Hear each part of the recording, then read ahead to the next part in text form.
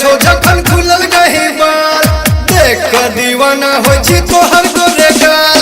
हवा में उड़े छो जखन खुलल गही बाल देख के दीवाना होय छी तोहर गोरे गाल सुतल में बन आबै छ तू ख्वाब सुतल में बन आबै छ तू ख्वाब तोहर जवाब नहीं तू चला जवाब तोहर जवाब नहीं तू चला जवाब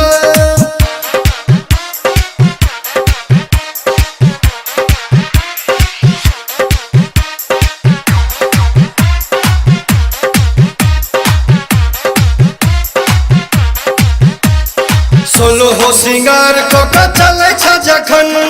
जिने दुशवार होइया हमर के तखन सोलो हो सिंगार कऽ चलै छ जखन जिने दुशवार होइया हमर के तखन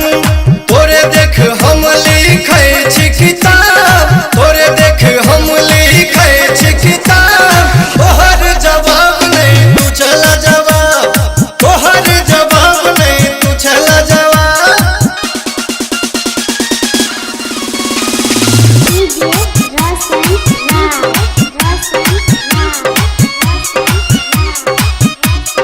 प्यासल हम छी गोरी तू प्यास बन जो